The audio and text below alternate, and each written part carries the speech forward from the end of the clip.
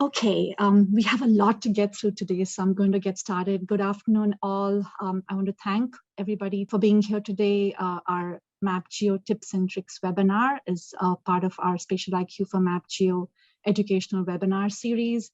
And as many of you know, we've been hosting these webinars on topics that we feel are of interest to local governments with the aim of increasing their spatial IQ. We have a really great library of these webinars now. Over the last few years, we've been recording them, sharing them with you. We have almost 14 webinars and all available for you to take a look at. As far as today, in our work with our Spatial IQ for MapGeo clients, we noticed that there was a need to give everybody a refresher on everything you can do with MapGeo. And we really hope that this training session will be helpful to a lot of you. Please share it with your colleagues. If they're not able to be here, it will be recorded and shared out.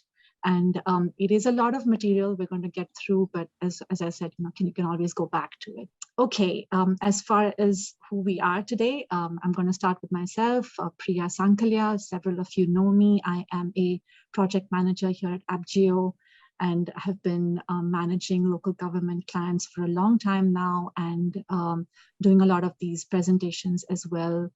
Really trying to get at what would be useful to local governments and sharing that with you. So I'm happy to be here today, and I'm going to pass it on to Laura and Rebecca to introduce themselves. Hi, I'm Laura Doty. I am the MapGeo customer support, product support lead. I've been working on MapGeo since the beginning, since we introduced the product, and I think I've met with a lot of you and helped you with your data needs and any issues or questions that you've had about your MapGeo site. And I'm really hoping that that today helps you use MapGeo in more ways so that you can really get the full benefit of the product. Rebecca? Rebecca's Halamini. Again, most of you know me from these past webinars. I'm also a project manager on the Spatial IQ for MapGeo team and been working with several of the Connecticut and Rhode Island clients, mainly the municipal side of everything. So we're here to help you guys to raise your spatial IQ and give you some tips and tricks on MapGeo today. Okay, thanks guys. So just really quick benefits of Spatial IQ for MapGeo, which is the program which this is a benefit of. It is a managed services program designed to make the most of your MapGeo subscription. And what we do is throughout the year, we really help to strategize your, to advance your GIS capabilities, expand your user benefits, get buy-in on projects, and simply get things done for you. We encourage you to push your limits on MapGeo, putting new data up there, figuring out new ways of, sharing information, and how can we engage with you and share this information with the public.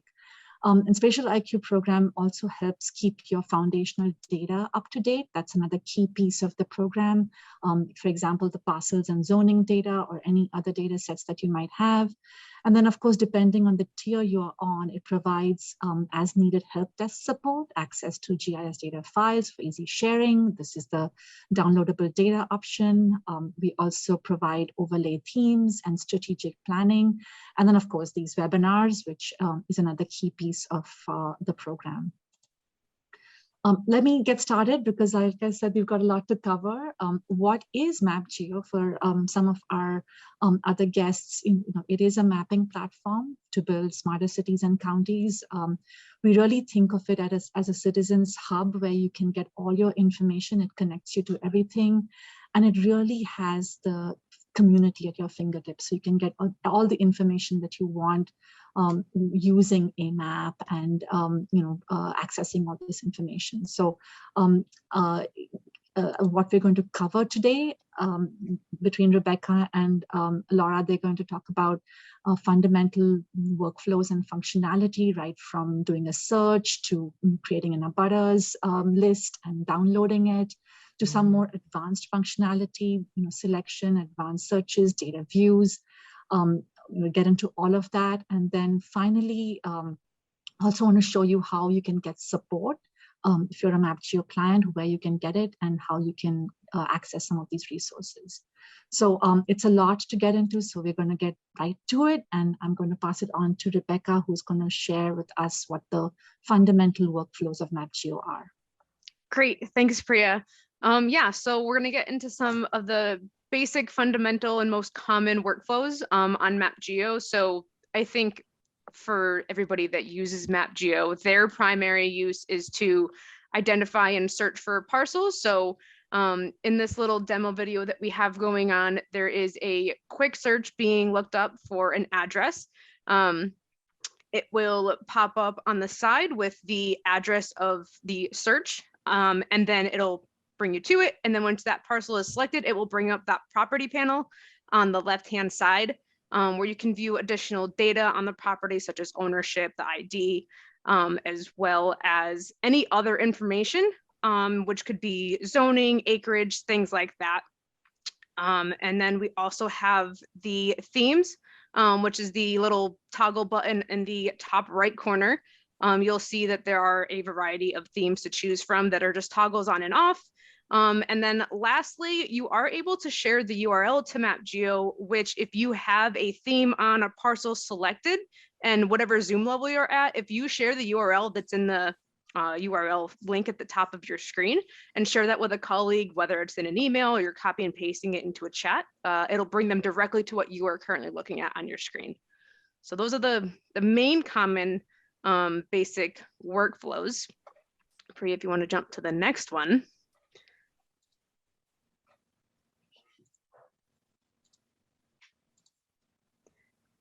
So using Google Street View, this is a built-in function that MapGeo has and has the ability to jump directly into Street View from MapGeo. This is super helpful for a lot of municipalities and counties in order to look at different assets that are along a roadway, certainly depending on the date of the last Street View. In most cities, it is kept pretty up to date from Google. Some other kind of outskirts of the cities may not be super updated, but the ability to jump in there.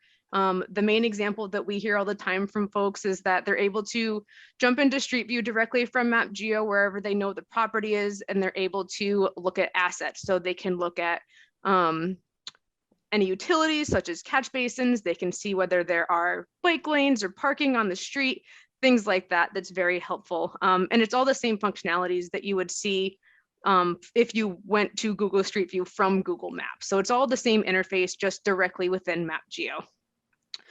So those are the basics that we have and the most common workflows on MapGeo. So I'm going to pass it over to our MapGeo guru, Laura, to talk about some more detailed workflows and give us a demo of some of these things. Sure, thanks, Rebecca.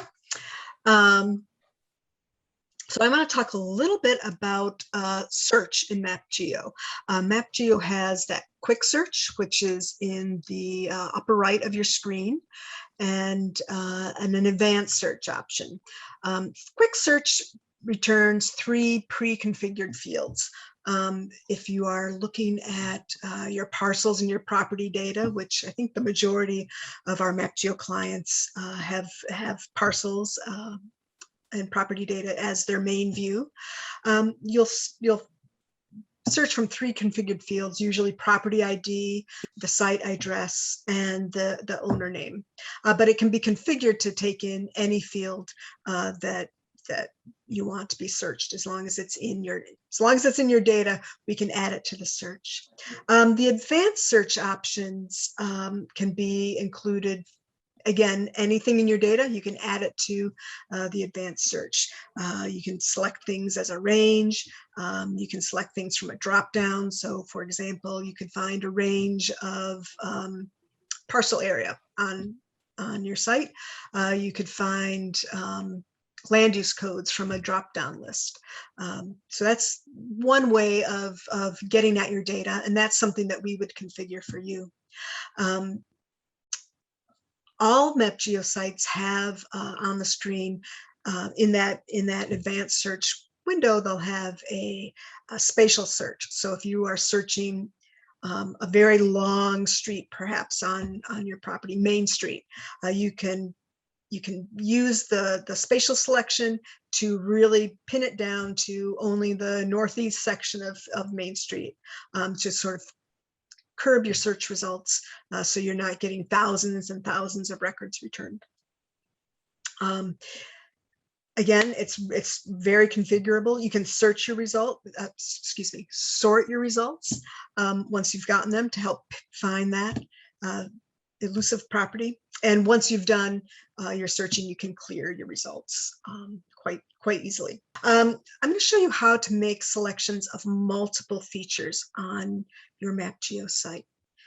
Selection is right up here in the upper right corner next to the search options. So you would select this, and this will allow you to select multiple features. In this case, we're going to select multiple parcels.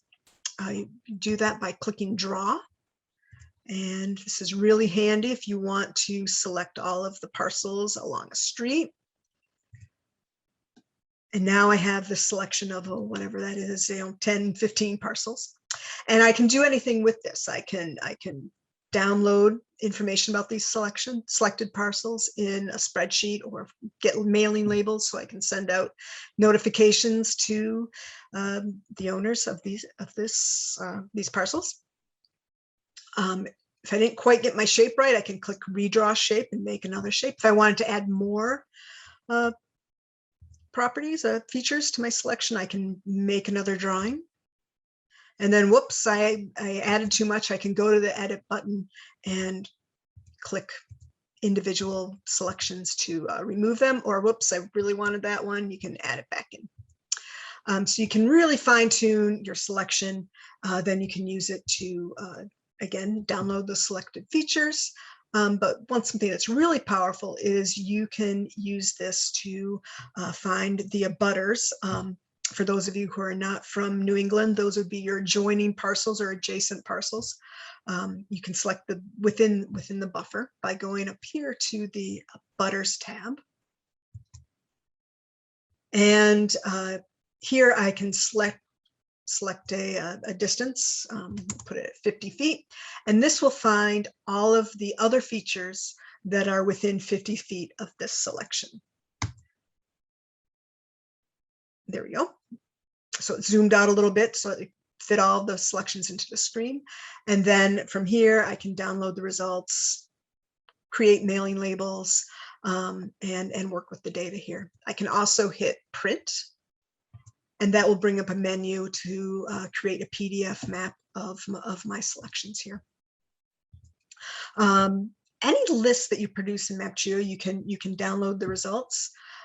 You can also clear the results right there. So that will allow you to, maybe I wanted a bigger search radius. It'll allow you to clear your results and start fresh. This distance buffer can be easily changed, but it also has a preset default distance, which you can work with us and we can set it to a distance that makes sense for you. And I think, yeah, Priya, I think that's to you. Great. So if you want, I can stop sharing my screen. Technical difficulties. There we go. Okay. Let's go back to and I think what we have now is actually an audience poll.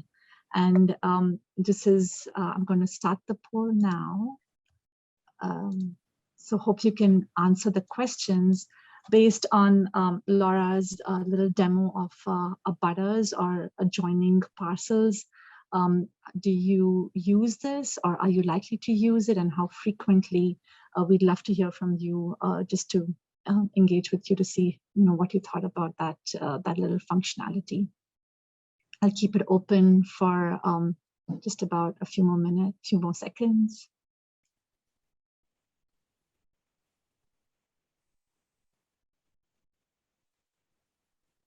This is one of the most, I would say, Laura, confirm me, correct me if I'm wrong, but I think really commonly used functionality.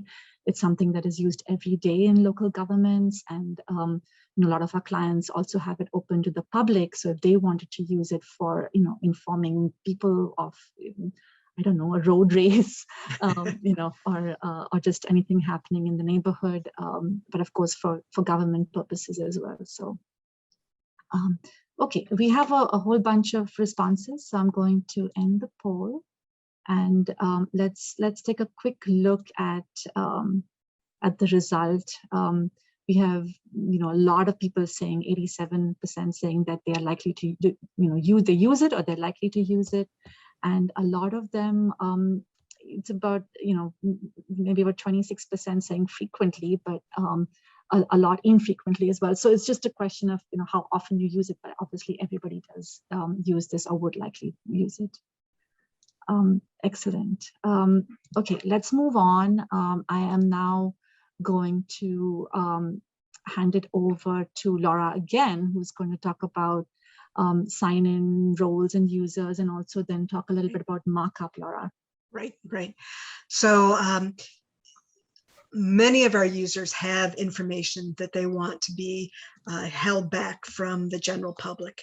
It could be suppressed properties where for whatever reason the owner of the property does not want their information to be shown online, or it could be utility themes, you know, planning themes, things that are not suitable for the general public to have access to. And that is handled in MapGeo by assigning roles to each individual user who has a login. It's simple to log into the site, and you can really fine tune the roles so that we have clients that have certain functionality hidden from the general public. Maybe some clients don't want that abutters functionality to be available to the general public. Others maybe don't want markup or other features to be available. And so you can really fine tune it so that, for example, the assessor has their information fine-tuned so the themes they need, the access they need is set. We have a client that has an engineering help desk role, so that only certain data is available at the engineering help desk for contractors who come in, and they can get all the information that they might need about utilities or what have you while they're on a work site. And it's only available to that user who's logged in into their main help desk office. So there's a lot you can do. You can really fine tune it so that people only see what they need to see, and any sensitive information is hidden from the general public or other departments within your government. You know, so you can really pinpoint what you want people to see. I guess, Laura, that leads us to markup, which is a key piece in how you can, you know, share information. And so I'm going to stop sharing and pass it on to Laura, who's going to demo it, because you know, if you have this, you know, the login access, then you can also share, you know, various pieces of information. And I'll let Laura explain that. So I'm going to just log into this site right there. There we go. And again, the login is just right down here on that lower left. And I'm going to add in some markup. If I click markup, maybe I'll measure, you know, maybe I'll measure some footage. So I've clicked markup. I'm going to do a line. So I'll measure some frontage here on this road for this parcel. There we go. It's 44 feet. And then you can I'll add in some text there. I'll make it bright, so hopefully you'll be able to see it on the demo.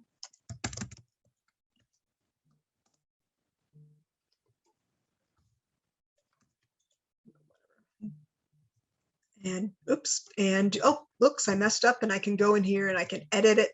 I can make that font size a little larger.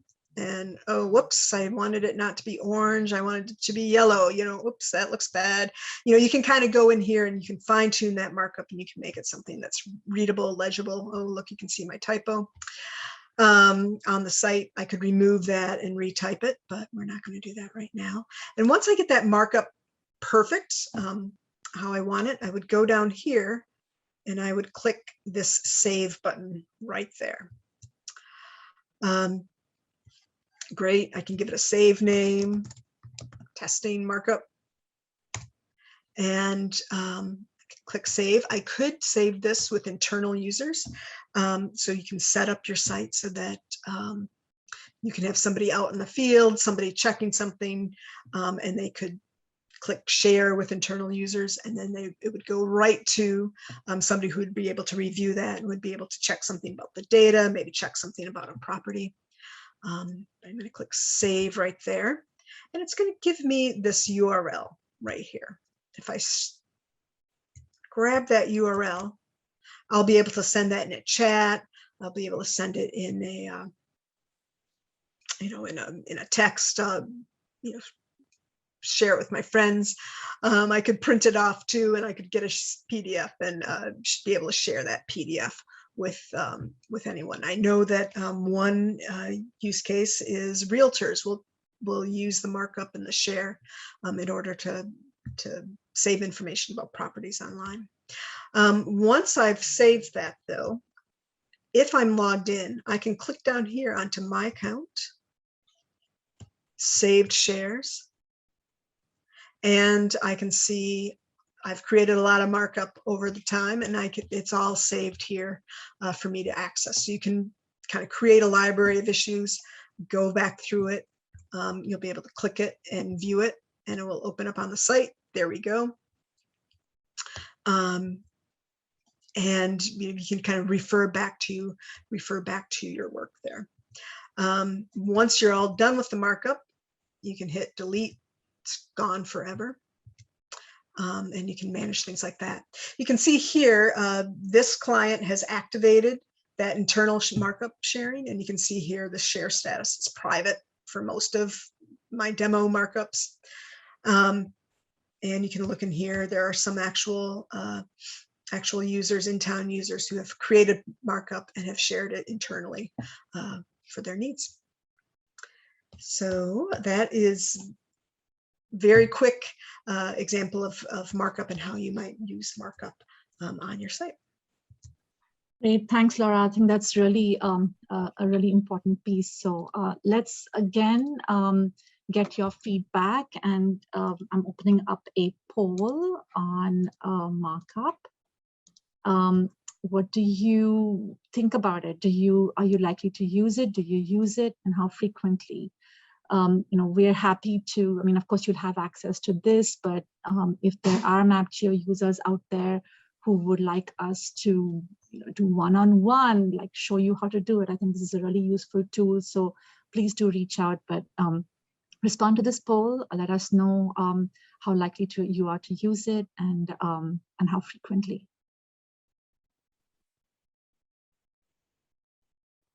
Great for sharing information across staff, or I think we have other use cases as well, right, Laura, where for data collection, people are using it. Yeah, we have a client who has people in the field who will find new addresses, note new driveways, things like this, and send back the new address point, the new driveway, the changes to back to the main office, where it's shared with the people who will incorporate that data into their GIS.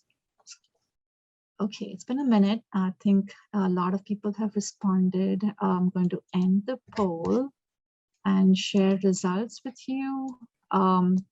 So yeah, we have most people who took the poll saying that they would use it, or already use it, and again, I think the frequency is similar to what we saw with the others, who uses it very frequently and who doesn't. But in general, the answer is that this is a really good tool.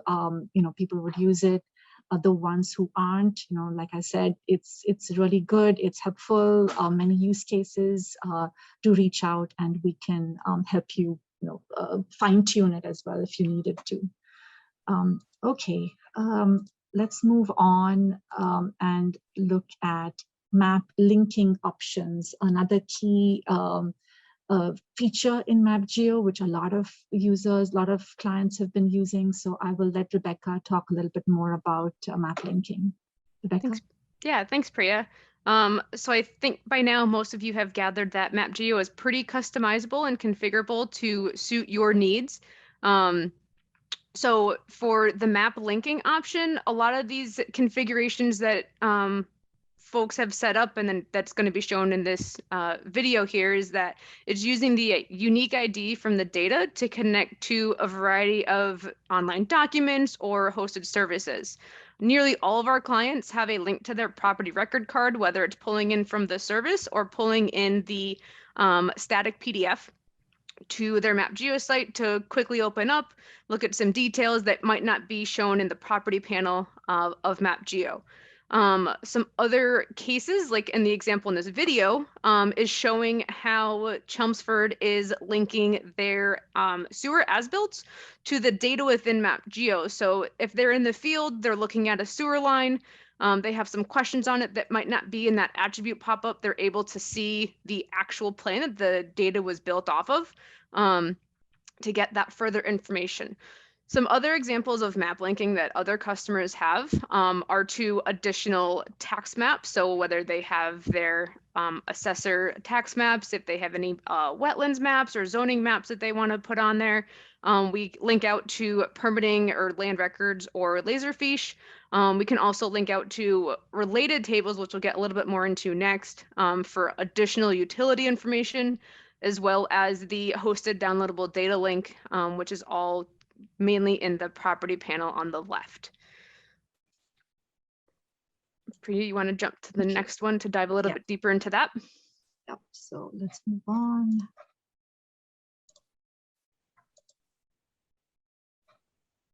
Okay, so this is your property panel spatial analysis overlay.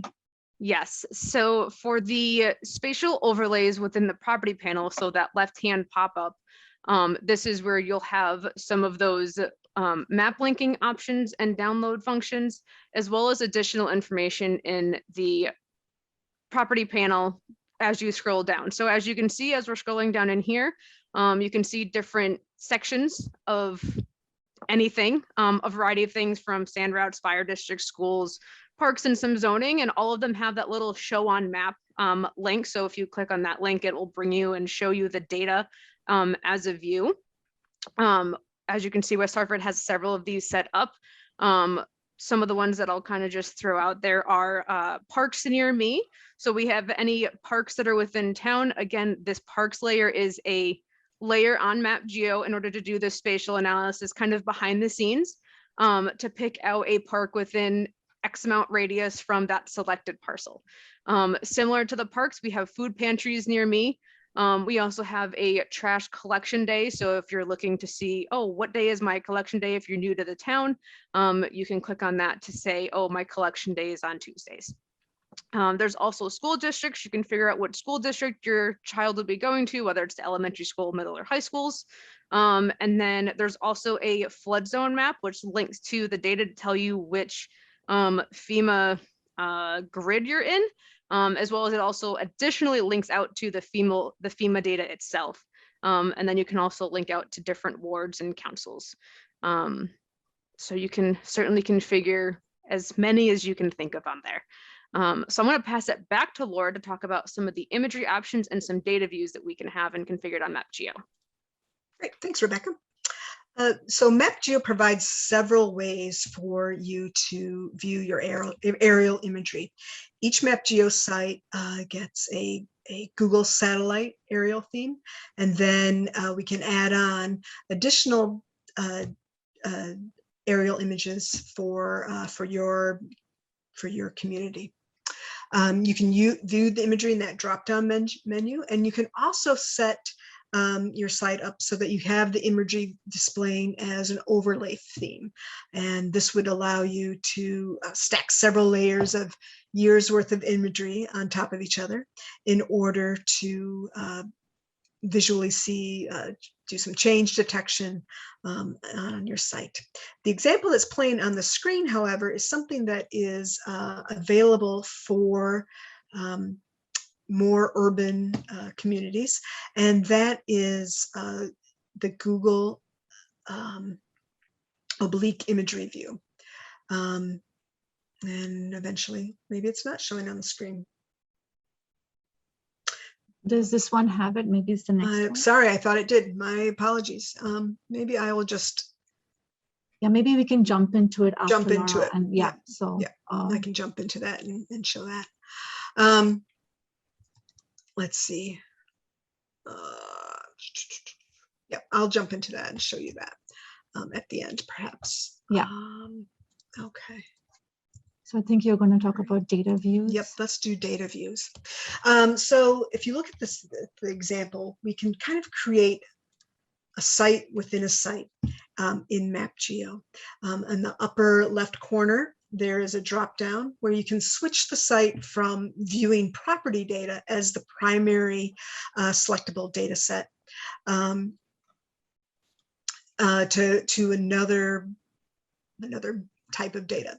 In this example, we're moving from the property parcels and comma into a cemetery view, so that you would be able to search cemetery records in this similar way to as you would search for owners of properties.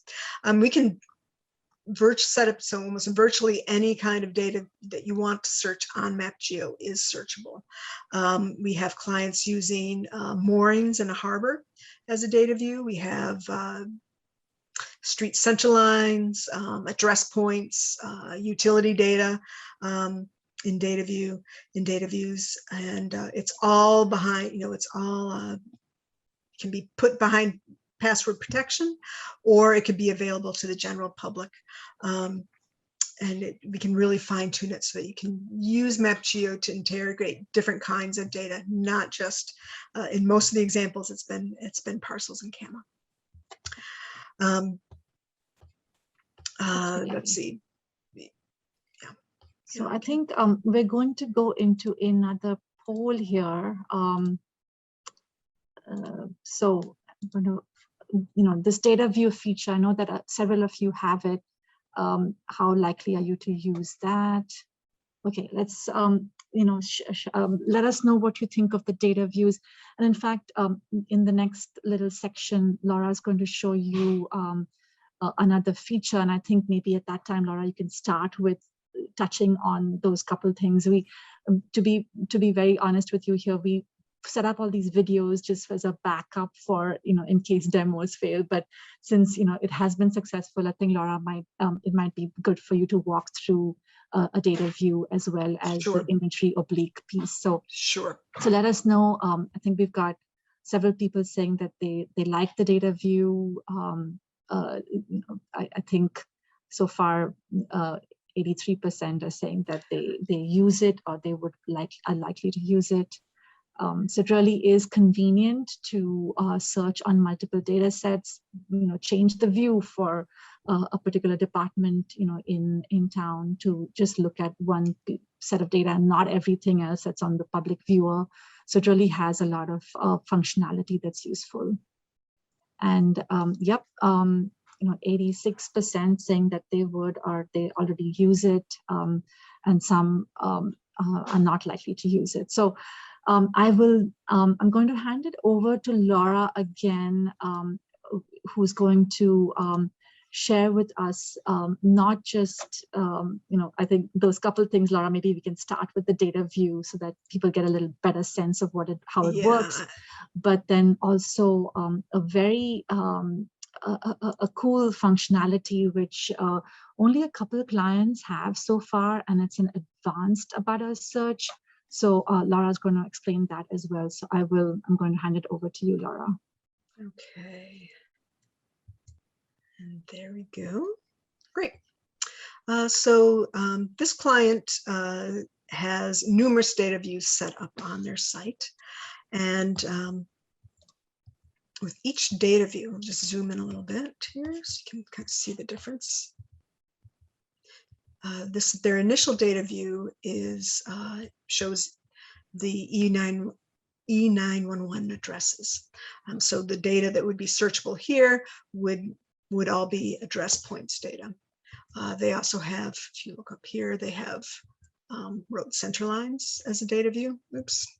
And you can see it comes right to, you know, it's literally like opening up a different site. So it's not translating, you know, my location here. I could be zoomed off into one part of the county and zoom back into another part of the county when I switch data views. So they have addresses. Several of these are behind a login. They have addresses, they have road center lines, and they have the parcels, which once again, I'm zoomed way out, and I'll zoom in again to the same general area. And each of these shows, it has different selectable data. So go here, pull up a parcel, go to the 911 addresses. Oops, zoomed back out.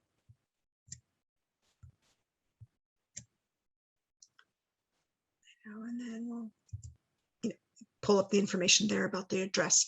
So it's different data, and you could use I don't know, you could do pipes, you could do utilities, you could do moorings, you could do anything that you want to interrogate. This shows road center lines, and there we go. They have a pop-up on the center line, so it's showing more information there. So I'm getting the pop-up here, and then I'm getting, you know, the actual the parcel information for the properties that are abutting that. So using the different data views, you can actually select features in one data view and use those to select features in another data view. And I will give you a little example of that here. I'm just going to select a few of these road center lines. That pop-up is showing up on each one. So we've got several road center lines here.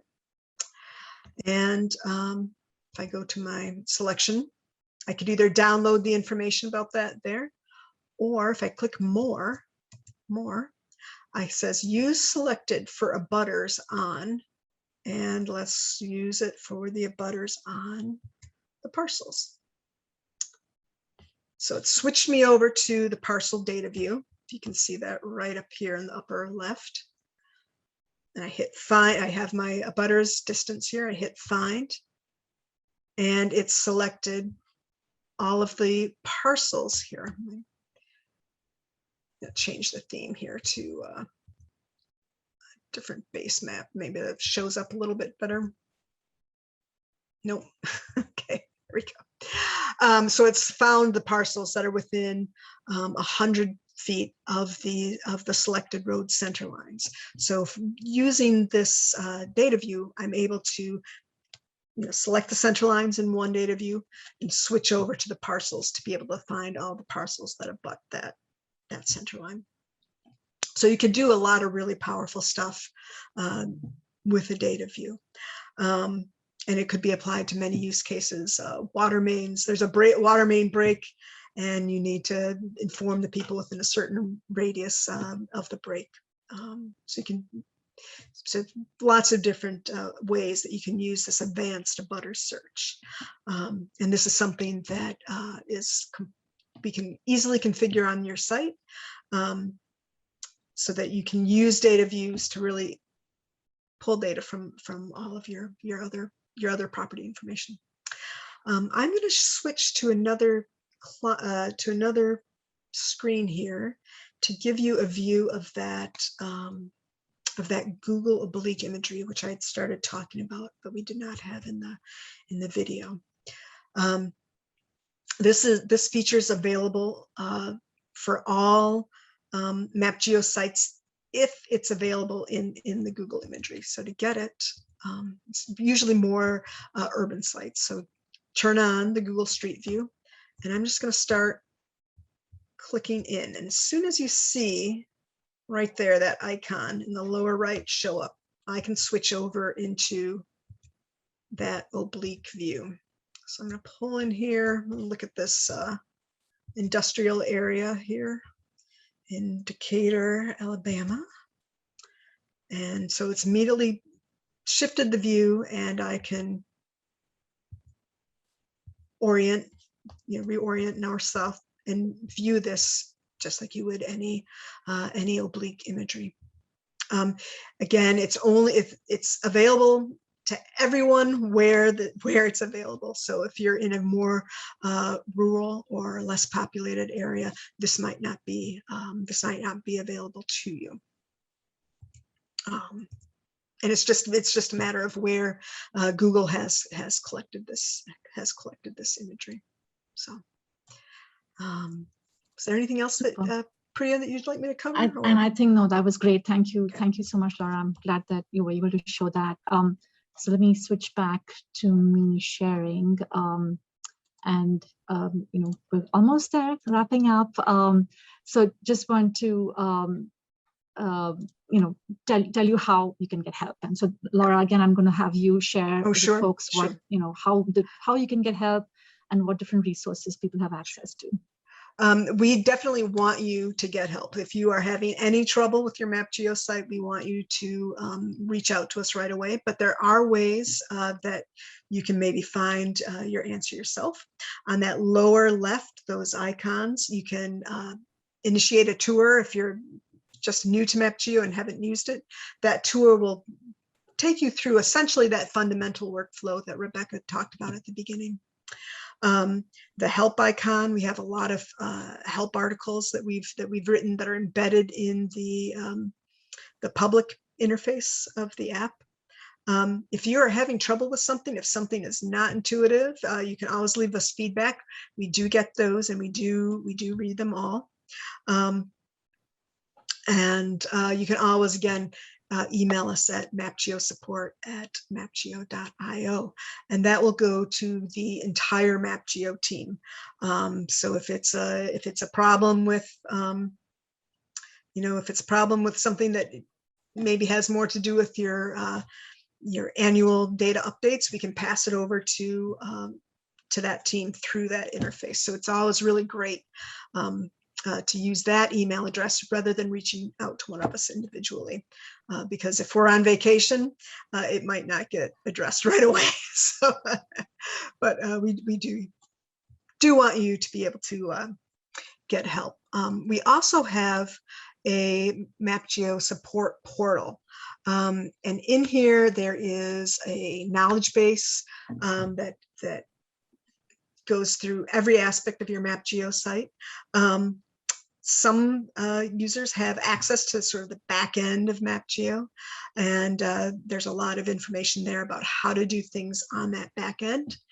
And we also have a lot of articles about how you can use your Spatial IQ program in order to really further your GIS program in your community. So that is there. It's there for all of you to use, and I hope you do. Thank you, Laura. Thank you, Rebecca. I think this is really great. I hope all of you got something out of it. As you can see, MapGeo really has a lot of features that are helpful in your everyday tasks, right from doing an advanced query to finding properties around this road race. I don't know why I'm stuck on this road race, but it is highly configurable, and let us know what you'd like to see, because as you saw, there's a lot that can be done. It's likely that you might not have it implemented on your site, and so reach out. We can make that happen. And of course, don't be afraid to ask for help, because we find that often there are folks who just don't know that they have access to this kind of information. When we already have implemented it for you, there might be staff who might not know that it's available. So in fact, just the other day, I had a client who said, oh, I didn't know that I was able to log in and get access to this other data. And I said, yes, you can. So yes, please reach out. We're here, drop us a line, and we can help you. And as always, as far as Spatial IQ is concerned, we are here to brainstorm with you, think about ways that we can help you answer questions, any spatial questions, any data development challenges, and in general, raise your spatial IQ. So any questions? I know, Rebecca, you've kind of been keeping an eye out, but if people have questions, we can spend a few more minutes and potentially get into a quick demo of any piece of functionality or MapGeo that you'd like us to touch on again, or do we have any specific questions? Looks like maybe. Thank you, very informative. That's good, always. I have another question, Laura, maybe you can take this. Is there a fee associated with the advanced abutter search? There is a fee associated with creating a data view. And once that data view is created, then the advanced abutter search is automatically included in that. So in order to access that advanced abutter search, you need to have a data view set up.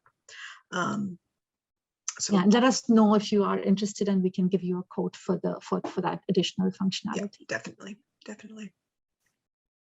We do have one other question on where to find some of our past webinars. It's the link that's in the bottom. So when we share the slide deck and the recording, you'll be able to get that link from there. Yeah, well, if you've signed up and as you're attending, you will be receiving a follow-up email with all that information. Another one,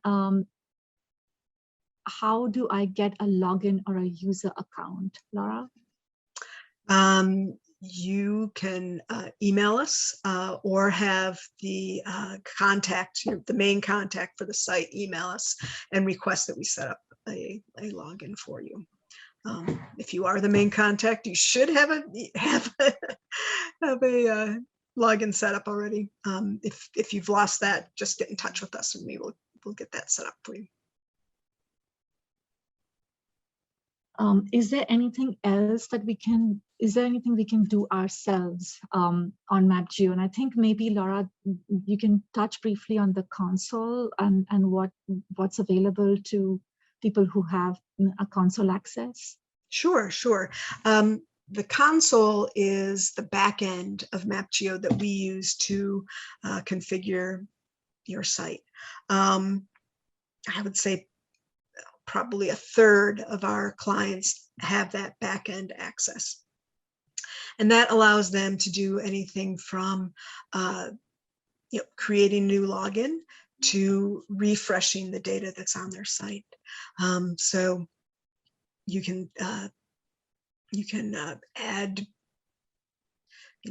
can add information to the property search panel. You could set up an advanced search option yourself if you have that access. But probably the thing that is most used is the ability to refresh your data yourself.